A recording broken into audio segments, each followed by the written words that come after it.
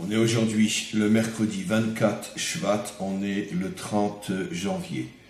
Le cours sera aujourd'hui à la mémoire et pour l'élévation de l'âme de Rachel Bat Fani, Tienishmata Tzroura Betzror Achaim, ainsi que pour la guérison totale, rapide et définitive de Raymond Yael Eden Bat Esther.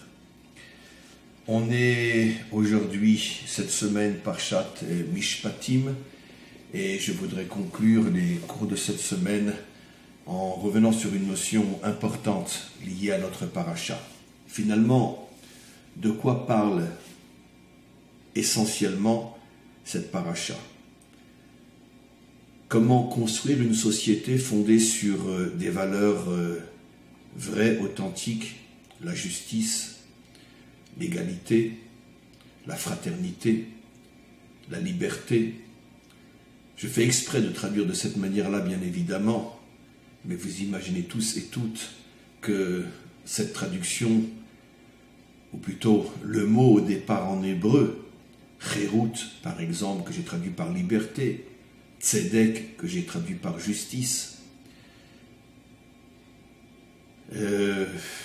Shivion, que j'ai traduit par égalité.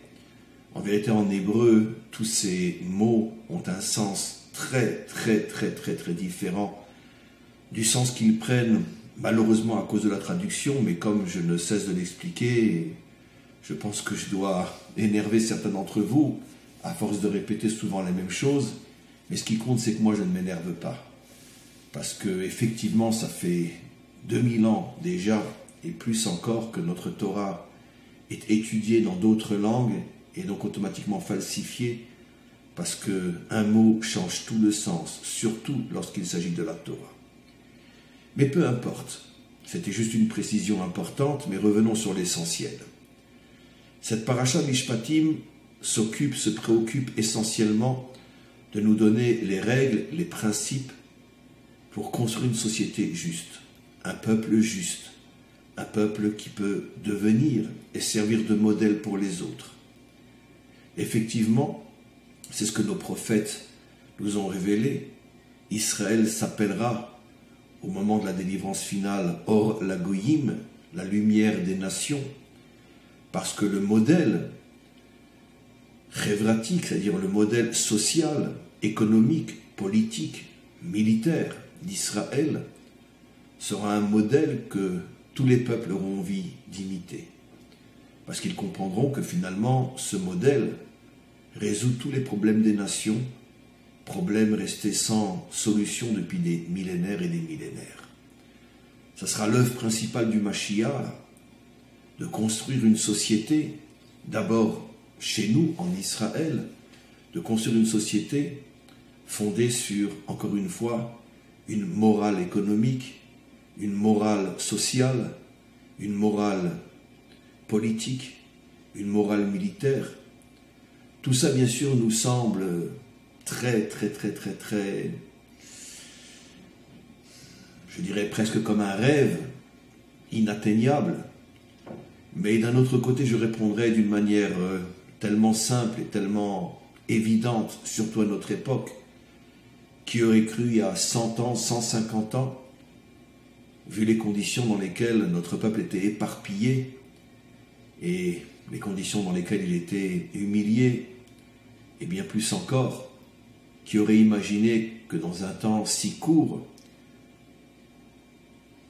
les Juifs reviennent de partout dans le monde et reconstruisent un pays, reconstruisent une société qui aujourd'hui n'a rien à envier à aucune des grandes puissances de ce monde, ni sur le plan économique, ni sur le plan technologique, et évidemment et essentiellement, surtout pas sur le plan moral et spirituel.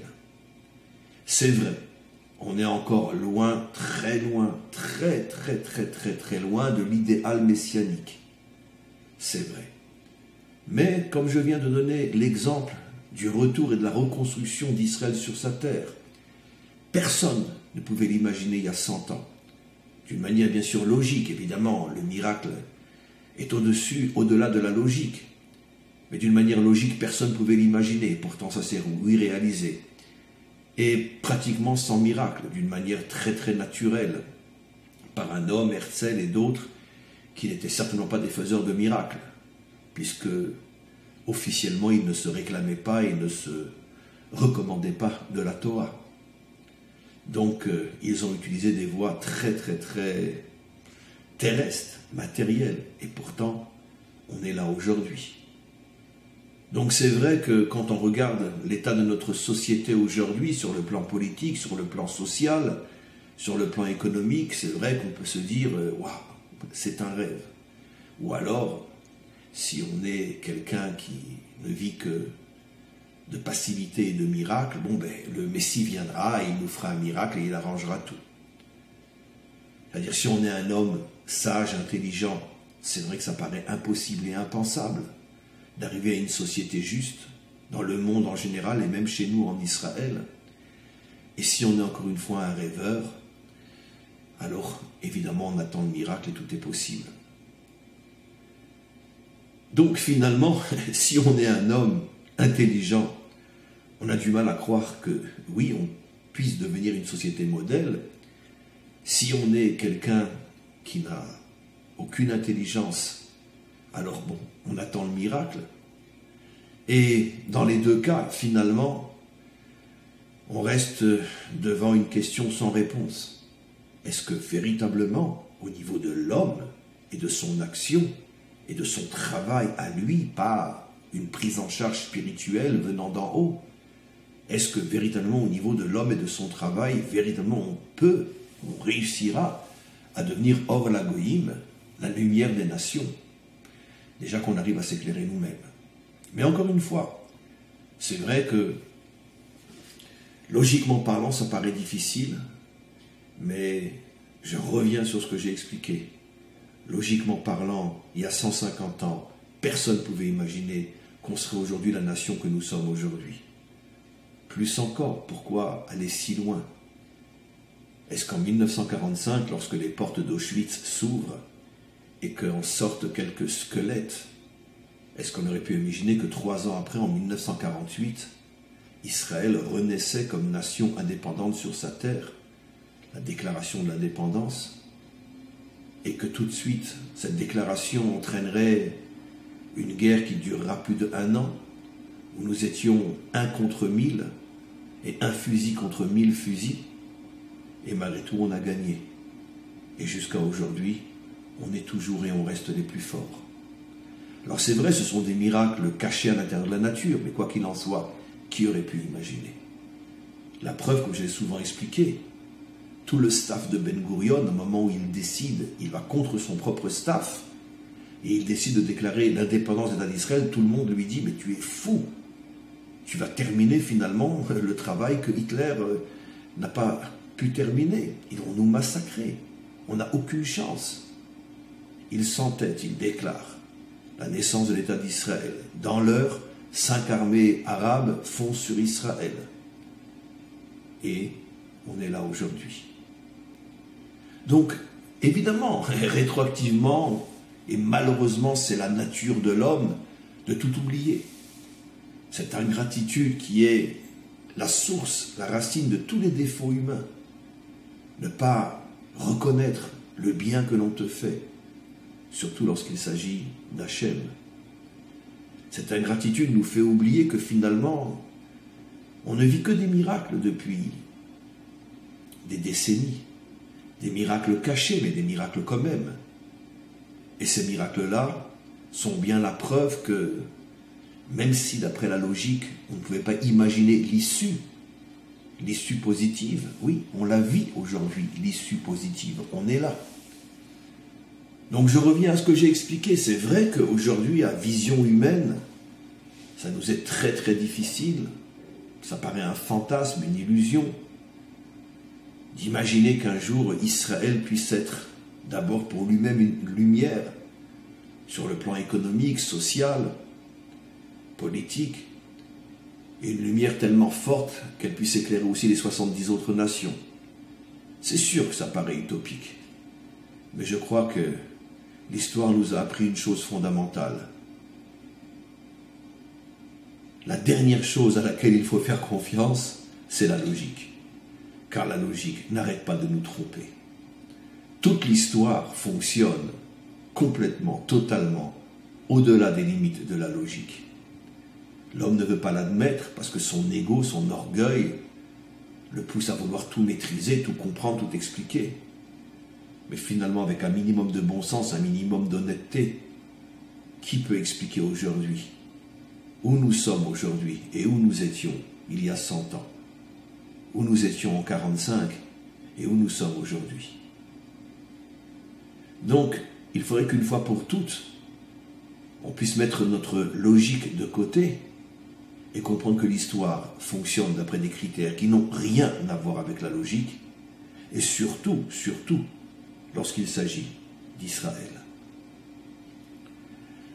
Donc un jour viendra, comme nos prophètes n'ont cessé de le révéler, un jour viendra où les nations attraperont chaque juif par ses tzitzit et ils lui diront « Emmène-nous avec toi dans ton pays, car c'est de Tzion que sort la Torah et de Jérusalem que sort la parole du Dieu vivant. » Ce sont les nations qui s'accrocheront à nos tzitzit. Mais je vous pose une question simple. Ils s'accrocheront à nos tzitzit parce qu'eux aussi voudront manger kasher ou mettre les tefilines, ou respecter Shabbat, ou manger de la matzah à Pessah. Quelqu'un peut croire une bêtise pareille? Les nations ne deviendront pas juives. Elles ne seront jamais soumises à nos lois spirituelles. Alors pourquoi s'accrocheront-elles à nos tzitzit? Pourquoi voudront-elles venir ici en Israël? De quelle Torah s'agit-il? Car la Torah sort de Tzion. Quoi, les lois de la Kashrut? Les lois du Shabbat? C'est cette Torah que les nations voudront écouter? Mais absolument pas. Absolument pas. Alors, de quelle Torah parle-t-on? C'est quoi la parole d'Hachem qui sort de Jérusalem que les nations voudront écouter? Eh bien, les prophètes l'expliquent. Parce que le Mashiach, qui sera avant tout, et surtout, et essentiellement, un homme politique, un homme qui s'y connaît aussi dans la gestion de l'économie nationale et internationale, un homme qui a une sagesse inimaginable dans le domaine politique, social, économique, militaire. Cet homme-là aura des réponses pour toutes les nations, dans tous les domaines qui intéressent les nations. Les nations ne viendront pas entendre ce que le Mashiach pense sur la cacheroute, mais ce que le Mashiach peut leur enseigner pour résoudre les problèmes de délinquance, de drogue, comment mettre fin à la mafia, à tous les pouvoirs éminences grises qui se cachent et qui dirigent le monde et qui le détruisent, pour s'en mettre plein les poches. C'est ça ce qu'ils viendront. Demander, écouter, entendre et accepter. Et donc, évidemment, les nations n'accepteront pas des propos qui sont déconnectés de la réalité. Les nations se promèneront dans les rues de Jérusalem, partout dans le pays, du nord au sud, de l'est à l'ouest, et les nations verront qu'effectivement, il y a une puissance sociale, économique, politique, militaire, fondée sur la morale, sur les valeurs, sur des principes profondément humains. Et c'est ça ce qui poussera les nations à venir, entendre, recevoir et repartir avec des conseils qui leur permettront, elles aussi, de devenir des nations modèles. Et le monde sera enfin guéri de toutes ces maladies, maladies mentales, maladies morales, dans tous les domaines. Ça sera la fin du mal, parce qu'il y aura un modèle. Et c'est donc la raison pour laquelle, tout de suite après le don de la Torah, la paracha s'appelle Mishpatim, qui fait allusion à toutes les lois, à toutes les règles, qui permettent de construire une société sur de vraies valeurs. Parce que ça, c'est le but final. Comme je l'ai toujours expliqué, qu'est-ce que c'est un juif, un vrai juif? Est-ce que c'est celui qui mange kasher, qui met les tefilines, qui respecte Shabbat? Non, absolument pas. Je sais que vous êtes choqués par ce que je dis, mais quand je vais redonner pour la 1e fois l'exemple que je donne toujours, vous allez dire, il a raison le Rabdinovitch, c'est vrai. Je vais donner un exemple dans un autre domaine. Qu'est-ce que c'est un bon artisan? Quelqu'un qui a une magnifique caisse d'outils, la plus performante, le top du top, mais qui ne s'en sert jamais? Ou celui qui a des instruments peut-être un peu moins perfectionnés, mais qui travaille et qui fait un beau travail et que ses clients sont contents de lui? C'est quoi l'essentiel? C'est l'outil ou le travail réalisé grâce à l'outil? Vous voyez cet exemple-là, il fait taire tous ceux qui me critiqueraient intelligemment, parce que évidemment, si c'est une critique qui n'est pas intelligente, quoi que je dise, ça sera critiqué. Mais je m'adresse aux gens qui ont véritablement quelque chose à ce niveau-là. Vous voyez bien que j'ai raison. Exactement de la même manière. Toutes les lois spirituelles que nous avons reçues sont les instruments qui nous permettent de commencer, réaliser, réussir notre travail. Mais notre travail, c'est quoi? C'est manger kasher? C'est respecter Shabbat? Non. Ça, ce sont les outils indispensables, indispensables pour réussir notre travail. Mais notre travail n'est pas de manger kasher. Notre travail est de construire le monde, de construire une société fondée sur la justice, sur le respect, sur l'égalité, sur la liberté, pour que cette société puisse devenir un modèle pour les autres.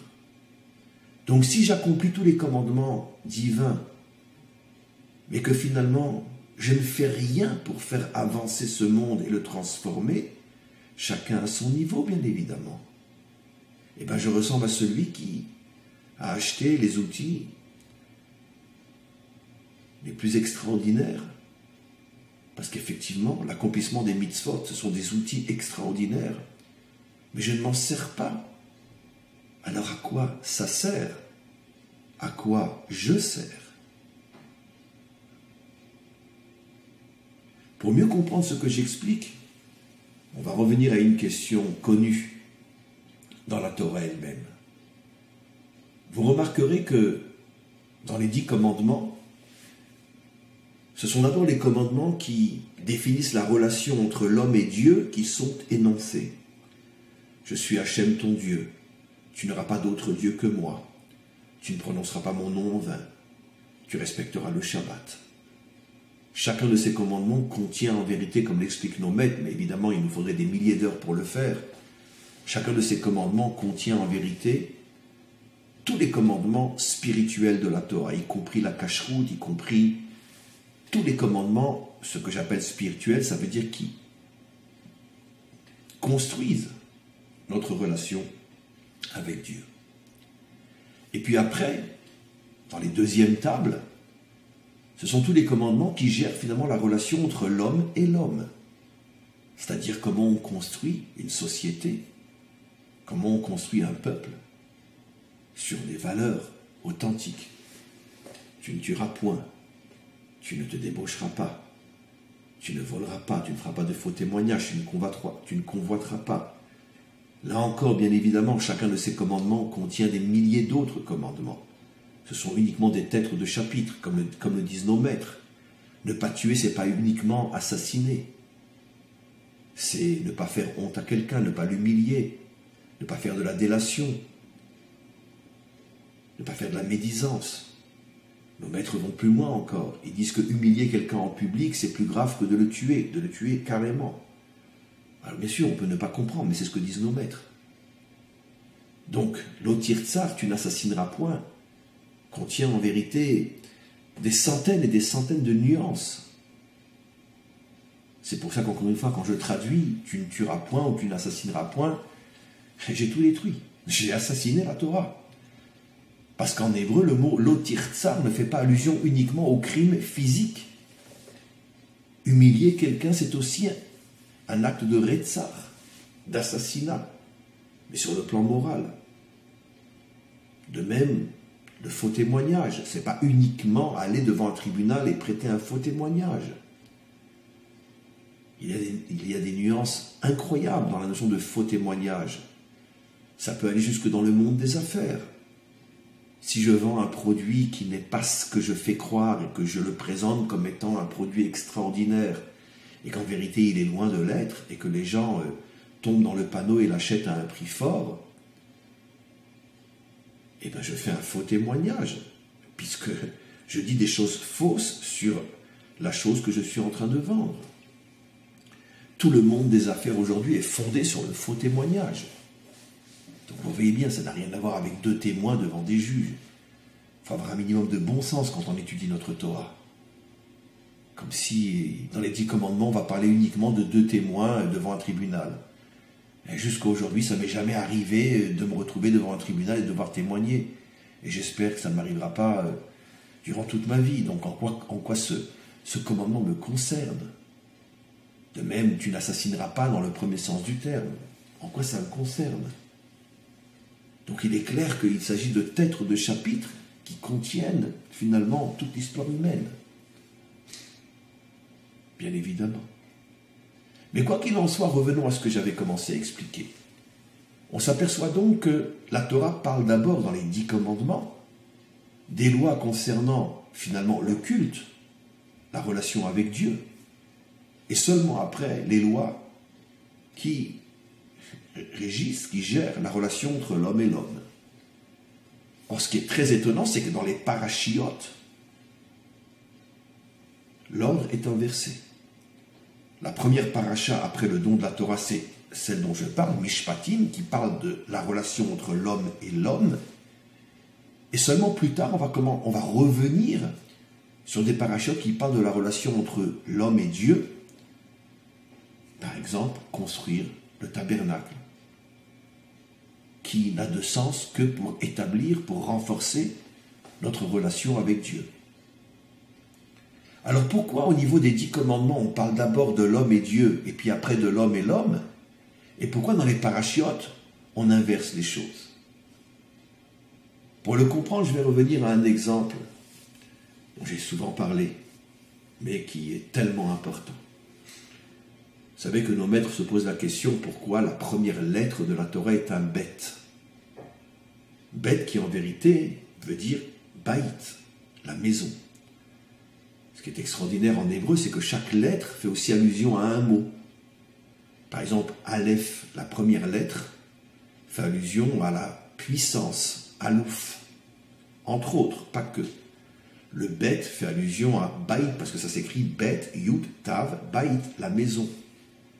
Le Gimel, la troisième lettre, fait allusion à la bonté, l'Igmol, Chesed, et ainsi de suite. C'est-à-dire chaque lettre a son sens. En français, dans aucune langue, vous retrouvez une chose pareille. A, B, C. A, C, A. Mais quand je dis en hébreu Aleph, je fais allusion à une infinité de choses. Pas seulement celles que j'ai expliquées, la puissance. Et donc, comme nos maîtres savaient que le choix de la première lettre de la Torah est fondamental, puisque cette lettre, comme toutes les lettres, a un sens, la première lettre va nous indiquer quel est finalement le sens de la création. Et donc nos maîtres nous expliquent effectivement pourquoi la première lettre est un bête, qui veut dire maison, parce que toute l'histoire humaine et tout le travail de l'homme sur terre est de faire de ce monde une maison. Ça veut dire quoi, de faire de ce monde une maison? Eh bien effectivement, dans une maison vit la famille. C'est-à-dire des êtres, je dis bien, il était une fois, mais peu importe, selon le schéma biblique et ce qui se réalisera un jour. Mais dans une maison vit une famille, ça veut dire des êtres très très proches les uns des autres, qui s'aiment, qui se respectent, qui se comprennent, qui s'aident, qui s'entraident. C'est ça une maison. C'est le lieu où vit, grandit se renforce une famille. Et donc la Torah nous indique ici quelque chose d'absolument extraordinaire. La première lettre de la Torah est un bête pour te faire comprendre que finalement, le travail de l'homme, c'est de faire du monde entier une maison dans laquelle tout le monde se sentira en famille. Oui, les 71 peuples, les 70 peuples et Israël, 71, se sentiront unis comme une famille dans sa maison. Quelle est la preuve de ce que je dis? Eh bien, l'une des premières paroles qu'Hachem adresse à Abraham, il lui dit « Et seront bénies par toi toutes les familles de la terre ». Il n'est pas dit tous les peuples, toutes les nations, toutes les familles de la terre. Nos maîtres, bien sûr, posent la question, pourquoi famille? Peuple, nation. Eh bien, parce que Hachem révèle à Abraham ce qu'est le projet final. Que tous les peuples deviennent comme une famille. Et le monde sera comme une maison. Voilà le projet final. Encore une fois, vision humaine aujourd'hui, je vous permets de rigoler, je vous permets de dire il est fou, parce que moi-même je pense que ce que je dis c'est fou. Parce que vu l'état dans lequel se trouve le monde aujourd'hui, imaginez qu'un jour, 71 peuples se sentiront comme une famille dans une maison qu'est le monde. Je ne sais pas moi, c'est comme demander à l'eau de brûler ou de l'eau froide, l'eau de l'océan de brûler, de demander à l'obscurité de nous éclairer ou de demander, je ne sais pas moi, de demander au nord d'être au sud, de demander au sud d'être au nord, de demander à une montagne d'être une vallée, de demander à une vallée d'être une montagne. Voilà ce que je suis en train de dire. Mais bon, c'est pas grave. C'est parce que le projet est fou et impensable que justement c'est notre mission. Et puis n'oublions pas que, en ce qui nous concerne, nous, on est français, d'origine, et impossible n'est pas français. Et donc, on y croit malgré tout. Peut-être qu'un jour, on le verra. Au pire, on aura fait ce qu'il faut faire dans notre génération pour que d'autres puissent le réaliser, mais grâce à nous aussi.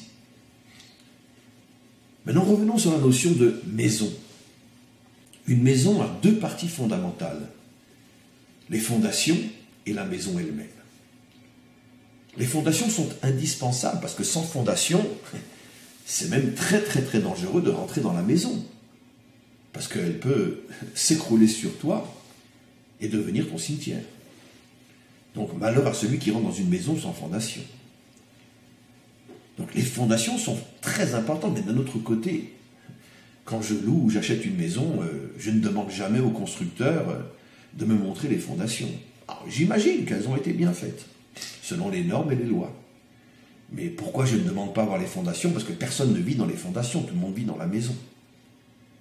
Ce pourquoi je paye, là où je m'installe, c'est dans la maison, pas dans les fondations.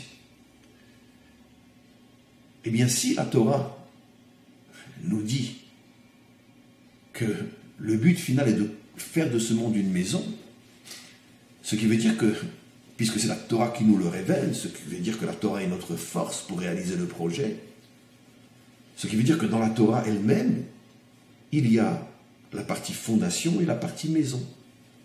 La partie qui nous aide à construire les fondations et la partie qui nous aide à construire la maison. Et comment je vais comprendre? Eh bien, c'est très simple.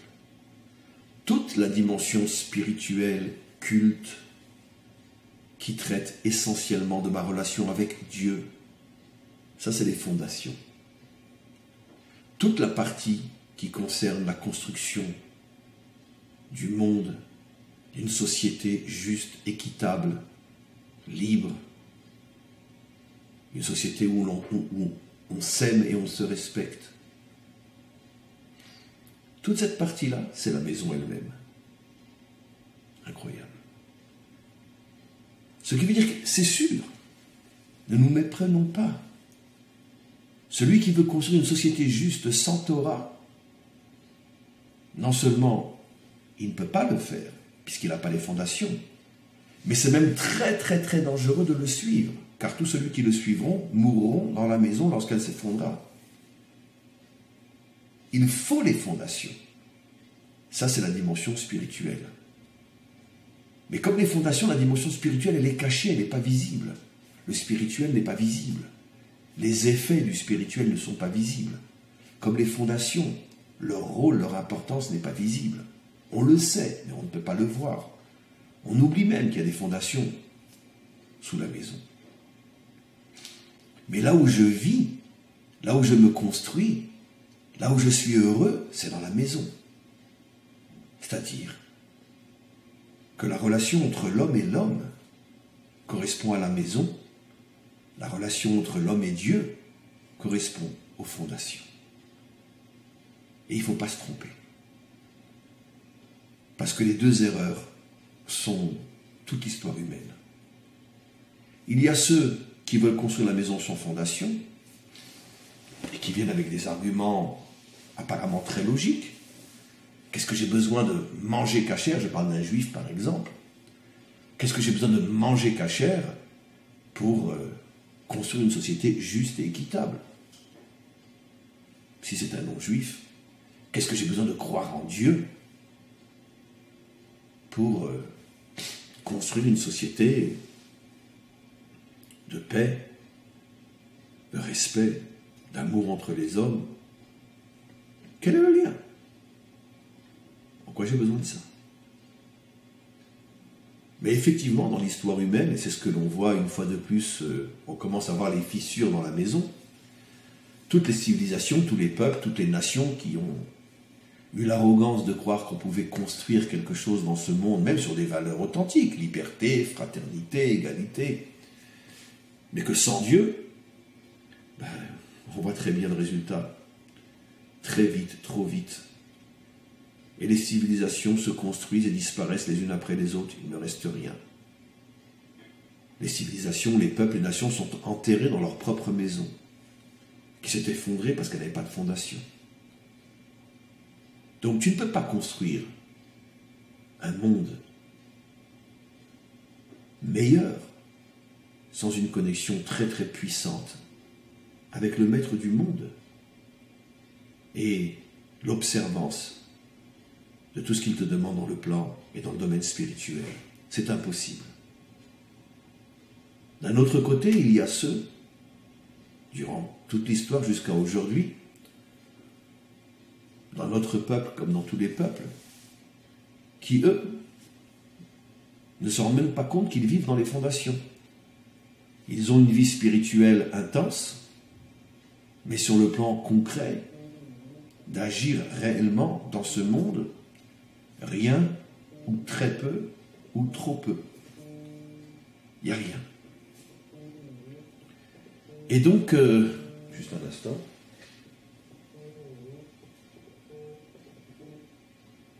Et donc,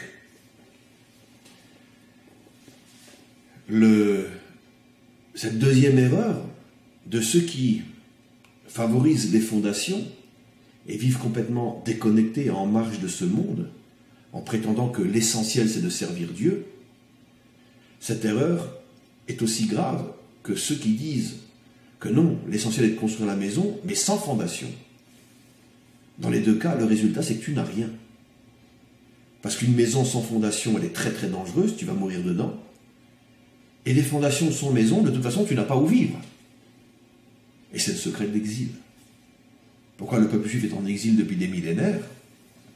A été, il n'avait pas de maison, parce que malheureusement, la plupart d'entre nous se sont contentés uniquement de vivre au niveau des fondations, mais n'ont rien fait pour construire la maison. Jusqu'à aujourd'hui. C'est terrible, mais c'est tellement vrai.